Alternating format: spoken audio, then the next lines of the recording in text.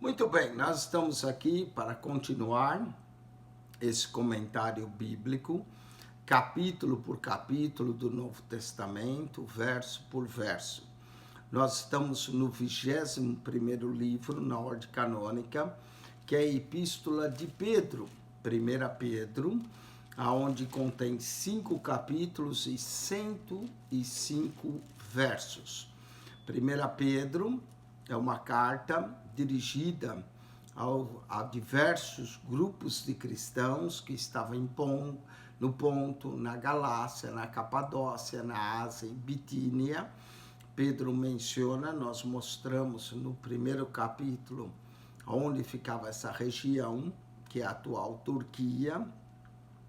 E Pedro dirige a todos esses irmãos. Pedro parece também dirige sua carta aos presbíteros, mas para que fosse lida nas igrejas, traz alguns deveres domésticos, tais como dos servos ser submissos aos senhores, não somente aos bons, mas também aos maus, e diz que é agradável que alguém, por causa da consciência para com Deus, sofra injustamente. Agora Pedro vai continuar mostrando esses deveres domésticos, o relacionamento entre esposa e marido e entre marido e esposa. Pedro escreve principalmente às esposas que têm maridos que não são crentes, como elas deveriam agir para trazer os seus maridos para Cristo. Começa agora no 1 Pedro 3:1, ele diz: semelhante, vós mulheres, sede sujeitas ao vosso próprio marido. Note que ele vai escrever para as mulheres. Claro que para uma mulher crente é mais fácil submeter a um marido crente. Mas aqui ele está dizendo às mulheres que têm maridos não crentes. Presta atenção, para que também, se algum não obedece à palavra, se algum marido de alguma mulher não obedecesse à palavra, pelo procedimento de sua mulher seja ganho sem palavra. Presta atenção, a mulher vai conquistar o marido que não é crente pelo seu procedimento, se ela agir como crente, se ela dar bom testemunho, se ela não ficar falando no ouvido do seu marido, através do seu testemunho, ela vai ganhá-lo para Cristo. Infelizmente, muitas mulheres querem ganhar seus maridos falando muito e por isso acabam perdendo-os de vez. Não é o que Pedro diz: semelhante vós, mulheres, sede sujeitas ao vosso próprio marido, para que se algum não obedece à palavra, pelo procedimento de sua mulher seja ganho sem palavra. O propósito de Pedro aqui é mostrar que a mulher pode trazer o seu marido para Cristo se ela agir sabiamente, se ela mostrar o seu testemunho de cristã e submetendo-se ao seu marido. Pedro já tinha dito que aos servos para submeter aos seus senhores, não somente aos bons e humanos, mas aos maus, para que a palavra de Deus não fosse blasfemada, e ele manda, porque isso é coisa agradável, por causa da consciência, para com Deus alguém sofra agravos. Eu sei que uma mulher que tem um marido não crente, ela vai talvez sofrer agravos, vai sofrer muito com o seu marido, mas Pedro recomenda que ela ganhe o seu marido sem palavras pelo seu procedimento. Vai ser fácil? Certamente não, porque o marido não crente pode agir de uma forma com a mulher, até de uma forma má. E é fácil submeter um marido bom, mas será difícil submeter um marido incrédulo, um marido que não é bom, não é, que judia de uma mulher, que abusa dessa mulher. É muito difícil uma mulher submeter. Mas Pedro aqui vale o mesmo procedimento para o servo. Às vezes é agradável a Deus que a mulher até sofra um pouco. Considerando a vossa vida casta em temor. Pedro também fala da castidade, e que deve haver temor em reverência a Deus. Pedro vai falar também, no verso 3, o enfeite delas não seja no exterior. A mulher não se mostra bonita ou linda pelo seu exterior, no frisado dos cabelos, no uso de joias de ouro, na compostura de vestes. Certamente aqui Pedro está falando também a mulheres gentias que gostavam de se enfeitar muito. As mulheres gregas gostavam até de colocar fitas de ouro no cabelo, não é? O frisado do cabelo, vestes finas, vestes lindas, não é? Que elas gostavam, joia, uso de joias de ouro, ou na compostura das suas vestes. A mulher judia sempre se vestia de uma forma mais moderada do que a mulher gentia. Aqui Pedro, então, está dizendo mais as mulheres gentias do que propriamente judias, não é? Que o enfeite delas não seja no exterior, no frisado cabelos, no uso de joias de ouro, na compostura das vestes, mas o homem encoberto no coração. O homem encoberto no coração, esse homem aqui, nós concluímos que é Cristo. Não é necessariamente o marido, não é? Mas o homem encoberto no coração é Cristo. Porque ele fala no homem encoberto no coração, no incorruptível traje de um espírito manso e quieto. Quem pode trazer um espírito manso e quieto, um espírito de mansidão, é Cristo sendo formado no coração da mulher crente, da mulher que se submete a Cristo. Então, o homem encoberto no coração, esse homem encoberto no coração é o amor que essa mulher vai ter a Cristo e o desejo de ser como Cristo e se identificando com ele também, talvez no sofrimento, até no relacionamento matrimonial com um homem que não é crente. Mas um homem coberto no coração, no incorruptível traje de um espírito manso e quieto, que é precioso diante de Deus. Então, a mulher que se submete ao marido, se sujeita ao marido, mesmo um marido não crente, diz que isso vai ser precioso diante de Deus. Ninguém está sugerindo aqui que a mulher deve sofrer maus tratos, não é isso que Pedro está dizendo. Pedro está incentivando a mulher a ganhar o seu marido. Note que o propósito final é trazer o marido para Cristo. E aqui Pedro vai dizer, verso 5, porque assim se adornavam também antigamente as santas mulheres que esperavam em Deus e estavam sujeitas a seu próprio marido. Quando Pedro fala as mulheres antigamente, ele está se referindo às mulheres do Antigo Testamento, e ele vai dar um exemplo, o exemplo de Sara e Abraão.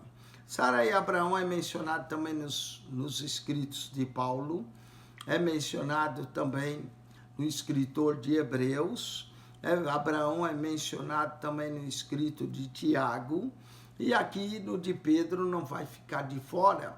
Pedro também vai falar como Sara obedecia a Abraão. Sara é tida aqui na carta de Pedro como exemplo de obediência, de submissão a Abraão. Como Sara obedecia a Abraão, chamando-lhe de Senhor.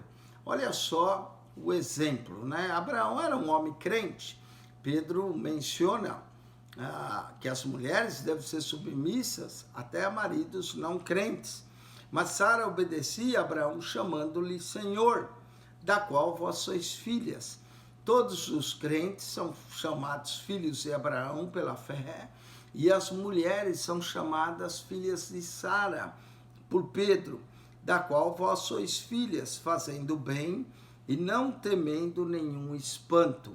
Então, Pedro ensina que a mulher sempre deve procurar fazer o bem, deve reverenciar o seu marido, não somente os crentes, mas maridos que não são crentes, maridos que não obedecem a palavra, para que eles sejam ganhos sem palavra pelo procedimento de sua esposa, e que a beleza da mulher não está no exterior, mas está em ter Cristo no seu coração, o homem coberto no coração, o qual traz um espírito manso. Espírito manso, eu conheço muita mulher muito brava por aí, precisa ter um espírito manso e quieto, que isso é precioso diante de Deus, e que a mulher sem palavras vai ganhar seus maridos. Mas Pedro, claro, não fala só para a mulher, porque isso seria até injusto só exigir da mulher. O apóstolo também cita o marido. Aqui ele está falando não a maridos não crentes, porque o marido não crente não vai obedecer a palavra, mas a marido crente. Olha o que Pedro fala em 1 Pedro 3,7. Igualmente, vós, maridos, coabitai com ela com entendimento. O homem precisa buscar entender sua esposa. Eu sei que não é fácil, muitas vezes, entender e compreender a mulher, principalmente para os homens, que eles são mais simples, mais direto. A mulher é mais subjetiva, o homem ele é mais objetivo, então ele não, às vezes não entende a subjetividade de uma mulher. Mas a Bíblia diz, igualmente, vós, maridos, coabitais com ela com entendimento, dando honra à mulher. Note que não é só a mulher que tem que honrar o marido, mas o marido também, crente, deve honrar a sua esposa, dando honra à mulher como vaso mais fraco. Deixa eu dizer esse vaso mais fraco, não quer dizer que a mulher é uma fraca, não. O que Pedro está dizendo é que a mulher, por ser feminina, é mais delicada que o homem, não é? Mas não quer dizer essa delicadeza ou fraqueza da mulher, e o homem é mais robusto, mais feito para trabalhos manuais do que uma mulher, que a mulher é fraca em si. Na verdade, as mulheres são mais fortes que homens, né? Diz que se o homem tivesse que dar luz a um filho, nenhum homem aguentaria essa dor e esse sofrimento, e a mulher aguenta. Além do mais, já se foi provado estatisticamente que as mulheres vivem em média 10 anos a mais do que os homens. Então, elas podem até parecer mais fracas, mas que elas são mais duráveis que os homens são. E a mulher, ela se submete a umas rotinas que os homens não aguentariam. Então, esse vaso mais fraco está falando, claro, de uma fragilidade talvez física, né, que às vezes as mulheres não aguentam erguer grandes pesos como os homens, ou trabalharem assim na terra como o homem trabalhava naquela época, né? Apesar que conheço muitas mulheres que trabalham na terra e são mulheres robustas, são mulheres fortalecidas, não é, pela graça de Deus. Então, mas o homem deve cuidar de sua mulher como um vaso mais fraco, mais fragilidade, principalmente emocionalmente, como sendo vós co-herdeiros da graça da vida. Ou seja, vão co-herdeiros, quer dizer que vão herdar juntamente, né, co-herdeiros da graça da vida, a graça que nos concede a vida eterna, para que não sejam impedidas as vossas orações. Pedro aqui menciona que se um homem não trata bem a sua esposa, possivelmente quando ele orar, suas orações podem ser impedidas. Então Pedro claramente aqui diz para que não sejam impedidas as vossas orações, que o homem deve aprender a tratar a mulher. A Bíblia ensina: amarás o teu próximo como a ti mesmo. E não há ninguém mais próximo de qualquer homem, qualquer esposo, do que a sua esposa. Então ele deve tratar ela, honrar ela, né? Andar com ela, coabitar com ela com entendimento, dando honra à mulher como vaso mais fraco, como sendo cordeiros da graça da vida, para que não seja impedida as vossas orações. Esses deveres domésticos nós também encontramos nas cartas de Paulo em Efésios, e aqui Pedro ensina a mesma coisa.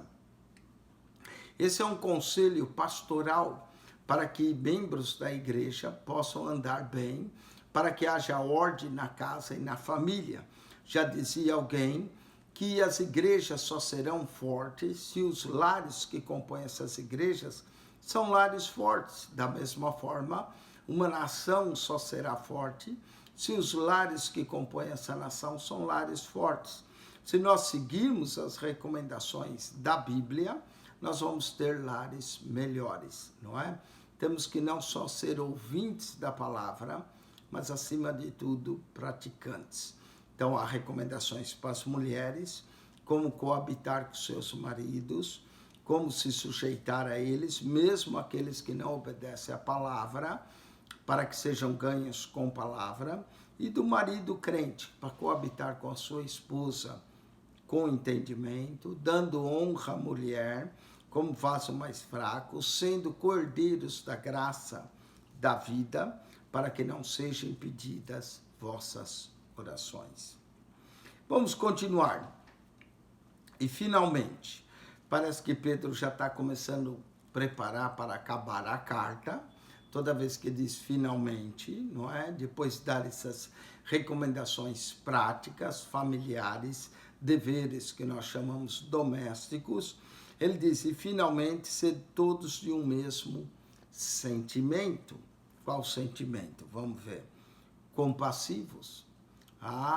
Compassivos. Sugere a ideia de passividade, de compaixão, não é? Compassivos, amando os irmãos. Ele já tinha mandado amar, não é que o amor não fosse fingido, já tinha dito isso Pedro no primeiro capítulo, 1:22, ele diz, purificando a vossa alma na obediência à verdade, para o amor fraternal não fingido.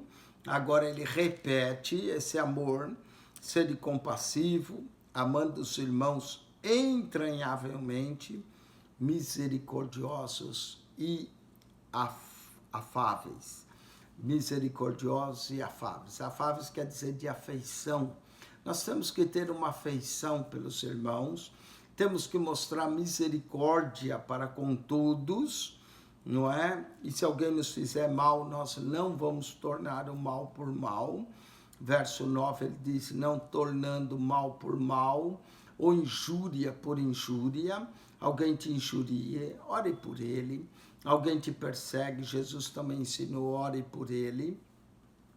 Nós não vamos fazer o mal pelo mal, mesmo que alguém nos faça mal, não deveria, mas mesmo que faça, nós não vamos tornar o mal, ou injúria por injúria.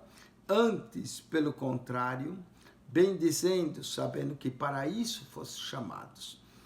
Pedro declara que um dos propósitos da nossa chamada é bendizer, bendizendo, sabendo que para isso fosse chamados, para que por herança alcanceis a bênção. Por herança alcanceis a bênção. Para alcançar a bênção, é preciso bendizer, não maldizer, não tornar o mal, ser compassivo, amando os irmãos entranhavelmente, misericordiosos e afáveis, com afeição pelos irmãos, sabendo que para isso nós fomos chamados, não é? Falando em chamada, Pedro diz que para isso fosse chamados.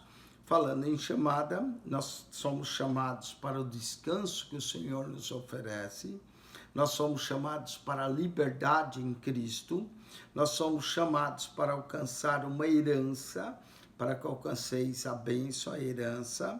Somos chamados também para a comunhão, somos chamados para a paz que o Senhor nos dá e chamados para evangelizar o mundo, não é? Somos chamados também para a santificação. São 7 chamadas que temos. Chamadas para o descanso, para a liberdade em Cristo, para alcançar a bênção, para a comunhão, para a paz, para a evangelização e chamado para a santidade, não é? Sabendo que para isso fosse chamado, verso 9, que para que por herança alcanceis a bênção.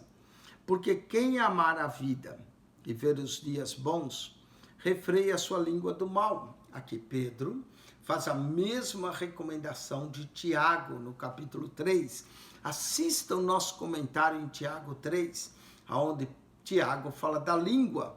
E aqui Pedro fala a mesma coisa, porque quem quer amar a vida e ver os dias bons, refreie a sua língua do mal, domine a sua língua, evite falar mal, não é? Nós não somos chamados para tornar mal por mal ou injúria por injúria, mas somos chamados para abençoar, para que alcancemos a bênção. Refreie a sua língua do mal e os seus lábios não falem engano. Pedro já tinha dito no capítulo 2, verso 1, deixe toda a malícia. Quantas vezes a malícia está no falar? O engano, fingimentos, inveja e toda murmuração, pecados que se comete com a boca. Refreie a sua língua do mal e os seus lábios não falem engano. Verso 11, 1 Pedro 11, aparta-te do mal e faça o bem, busque a paz e siga. Nós somos chamados para nos apartar do mal, para fazer o bem, buscar a paz e segui-la. Olha, 4 recomendações. Quem quiser pregar, aqui no verso 11, aparta-te do mal, faz o bem, busque a paz e siga a paz. Siga a paz, não é? Busque e siga a paz. Refreie sua língua do mal, se você quiser também falar sobre isso, não é? Há mal que se comete com o corpo, há mal que se comete com o pensamento, há mal que se comete na alma, há mal que se comete na mente, e há mal que se comete no espírito, mas há mal que também se comete com a língua, não é? Refreie a sua língua do mal. E por que nós devemos refrear? Verso 12, Pedro diz, porque os olhos do Senhor estão sobre os justos. Seus olhos contemplam o justo e os seus ouvidos atentos às suas orações. Pedro tinha dito que o marido que não trata a esposa, para que não sejam impedidas as suas orações. Agora ele vai dizer, o Senhor, seus olhos estão sobre os justos, os seus ouvidos atentos às suas orações. Justo é aquele que pratica a justiça, aquele que não fala mal dos outros, que aparta-se do mal, que procura fazer o bem, que busca a paz, que segue a paz e atende suas orações. Mas o rosto do Senhor é contra os que fazem males. Presta atenção, quem pratica o mal, o rosto do Senhor fica contra ele. Quem pratica o mal ao seu próximo. Aqui Pedro está falando do próximo, do nosso relacionamento com o próximo, de ter o sentimento compassivo, amando os irmãos. Cuidado como você trata o próximo, como você trata o irmão, porque o rosto do Senhor é contra os que fazem o mal, mas os seus ouvidos estão atentos à oração do justo, seus olhos estão sobre os justos. E qual é aquele que vos fará mal se for zeloso do bem? Se nós zelamos em fazer o bem, se nós zelamos em amar o próximo, em cuidar do próximo, em refrear a nossa língua do mal, em procurar apartar-se do mal e fazer o bem, em buscar a paz e seguir, aí Pedro faz uma pergunta. E quem é aquele que vos fará mal se for zeloso do bem? Mas mesmo que a gente padeça o mal, Deus tem uma forma de nos compensar. Verso 14, ele vai dizer isso. Mas também se padecerdes por amor da justiça, sois bem-aventurados. Por que sois bem-aventurados? Porque nós estamos nos identificando com o nosso Senhor, o qual sofreu por nós, não é? Então aqui tem uma bem-aventurança no sofrer. Não é que é bem-aventurado sofrer, mas no que o sofrimento produz uma bem-aventurança. E não temais com medo deles, nem vos perturbeis. Jesus também tinha dito, não temeis os que tiram a vida, antes temei aquele que pode lançar a alma no inferno. Então não temais com medo deles, nem vos perturbeis. Antes santificai a Cristo. Note como Pedro nos chama para a santidade, né? No capítulo 1, verso 15, ele fala de nós buscar a santidade. 1,16 está escrito, sede santo, como é santo aquele que vos chamou. Lembrando a recomendação ou a ordenança, mandamento em Levítico. Aqui também, antes santificai a Cristo, como o Senhor em vosso coração. Será que Cristo é Senhor do nosso coração, da nossa vida, das nossas emoções, dos nossos sentimentos? não é? Nós temos que entender que a vida cristã é tirar o nosso eu e colocar Cristo no centro. Antes, santificai a Cristo como Senhor em vosso coração e estáis sempre preparados. A vida do cristão é se preparar. Se preparar para quê?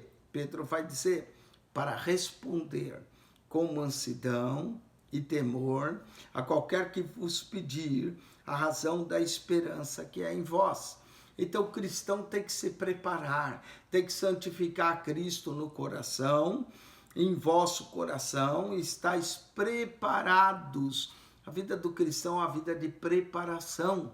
Se você não está preparado, deve aprender a se preparar.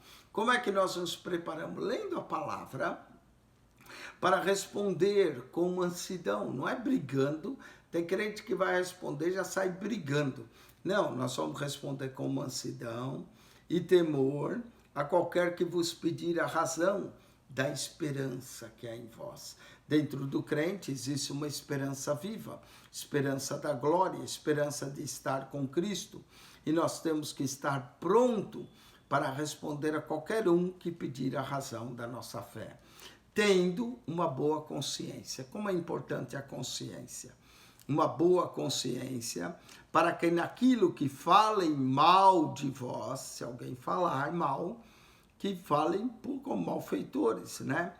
Como de malfeitores, fique confundido os que blasfemam do vosso bom procedimento em Cristo. Presta atenção. Agindo bem, procedendo bem, sempre vai ter alguém que vai falar mal de nós. Imagine agindo mal.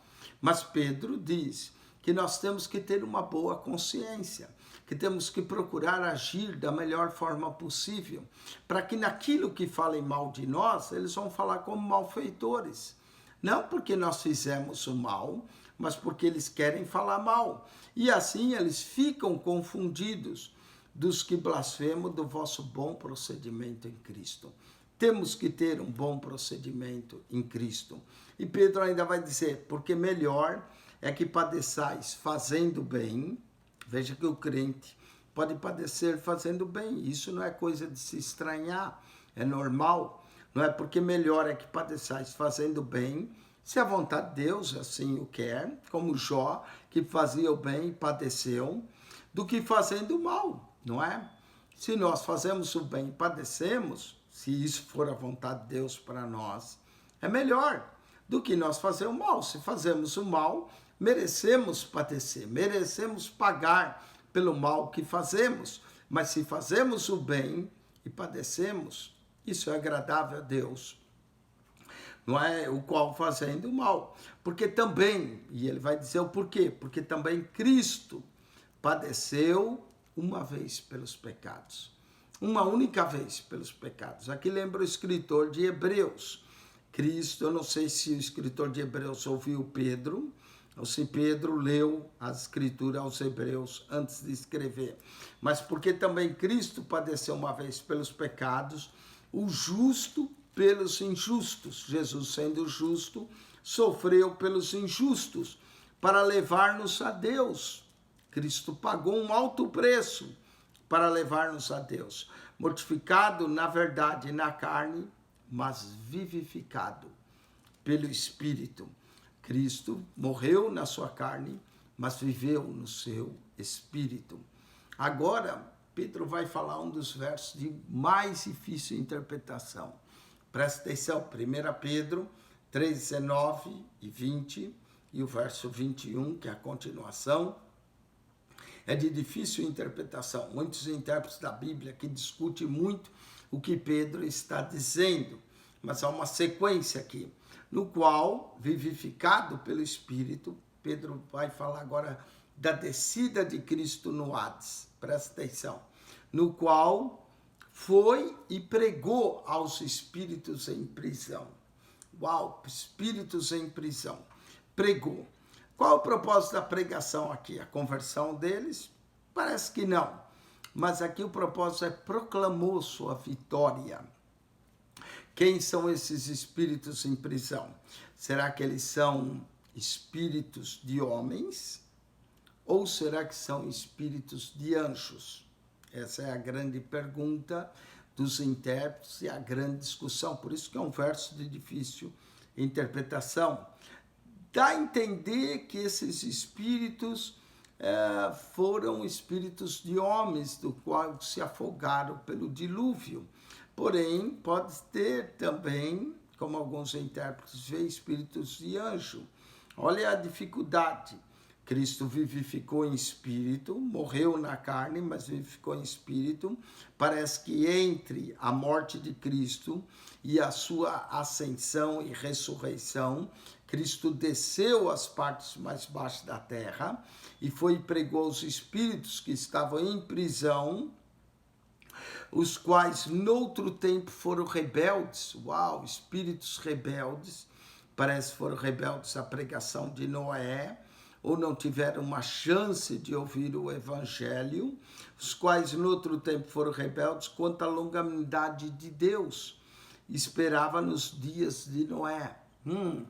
Parece que essas pessoas foram rebeldes na época de Noé, esses espíritos, enquanto se preparava a arca. Então Pedro dá uma data em que eles foram, enquanto Noé construía a arca, pregoeiro da justiça, esses espíritos se rebelaram, a qual pouco e sua alma, 8 almas se salvaram pela água. O que Pedro está querendo dizer aqui, na verdade, é o batismo, é essa referência de Pedro, né? Mas isso traz várias discussões, você pode ler vários livros, comentários, eu não vou gastar muito tempo aqui, porque não é esse o propósito, não é? Eu só quero dizer que esse espírito foi rebelde quando Cristo foi pregar, não sugere a ideia de uma segunda oportunidade, como alguns universalistas creem, mas aqui sugere a ideia de uma proclamação da sua vitória. Cristo morreu, foi vivificado em espírito, pregou, anunciou, pregação nem sempre quer dizer toda pregação vai haver conversão, mas toda pregação é um anúncio, uma proclamação.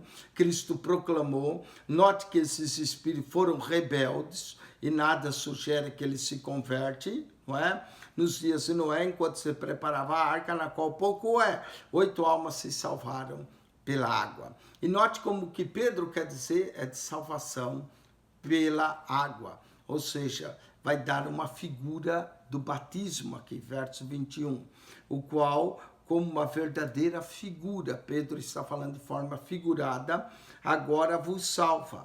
Batismo, tá vendo?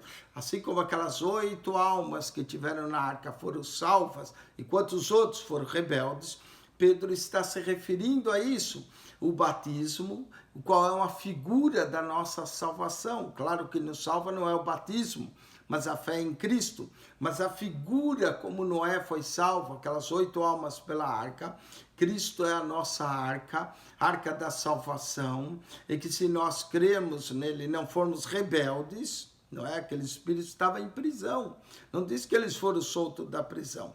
E o fato de Cristo ter ido lá pregar, Cristo foi anunciar sua vitória, proclamar sua vitória, a qual figura verdadeira que vos salva o batismo, não do despojamento da imundície da carne, mas da indagação de uma boa consciência. Volta na boa consciência, indagação é perguntar a nós mesmos, a nossa consciência, para com Deus pela ressurreição de Jesus Cristo.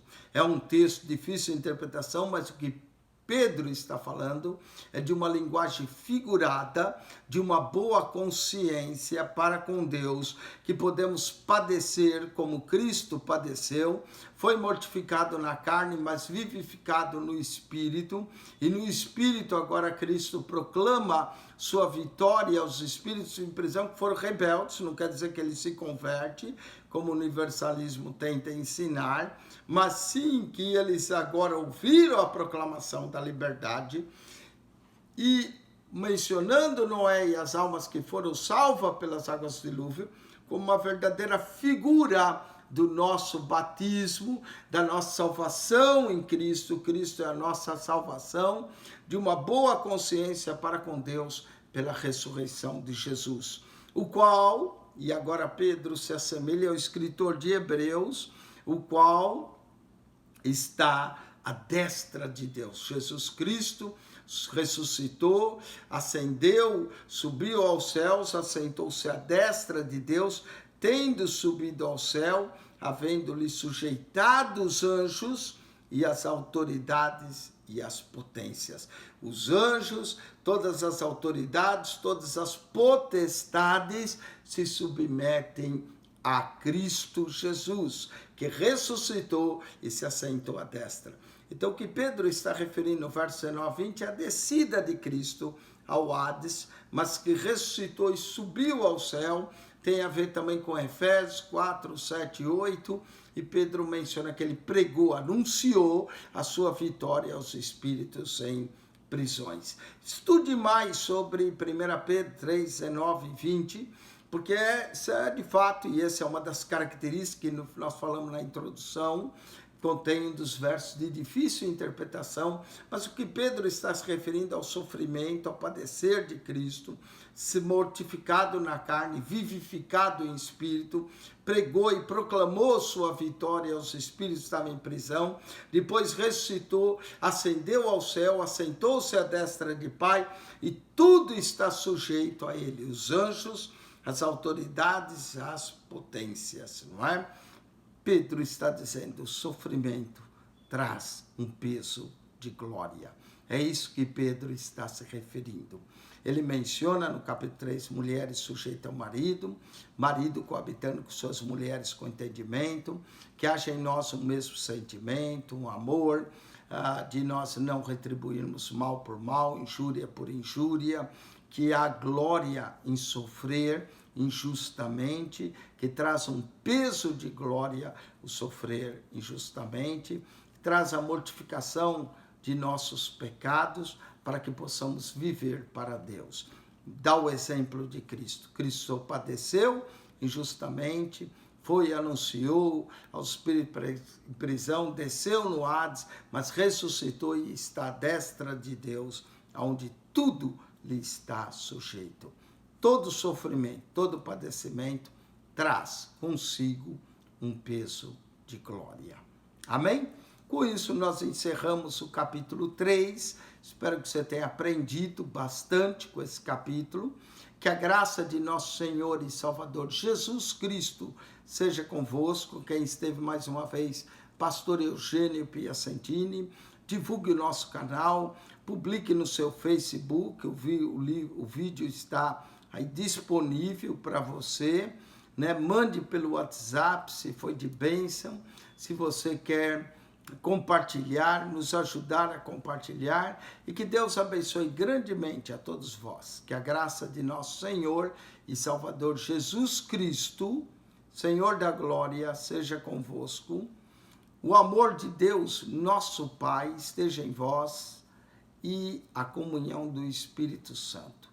Deus vos abençoe ricamente em Cristo Jesus. Volte para assistir o capítulo 4, assista também nosso comentário capítulo 2, os 4 vídeos do capítulo 1, a introdução dessa carta maravilhosa de 1 Pedro.